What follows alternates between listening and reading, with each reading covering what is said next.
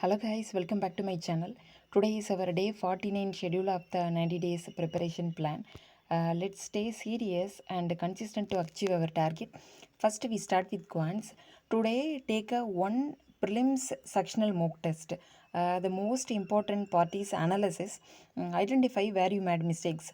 Understand the correct approach. Take your time and review it completely. Next, watch a video class on mains level DA set or arithmetic set.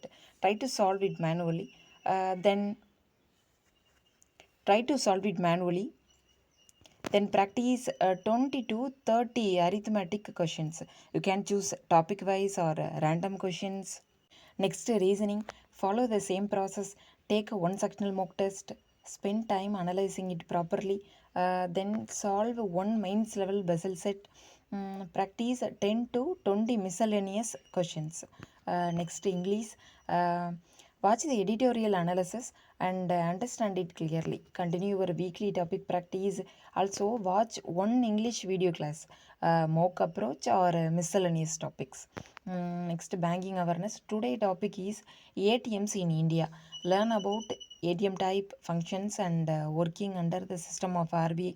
Watch the video classes or read notes and complete the topic today. Finally, current affairs.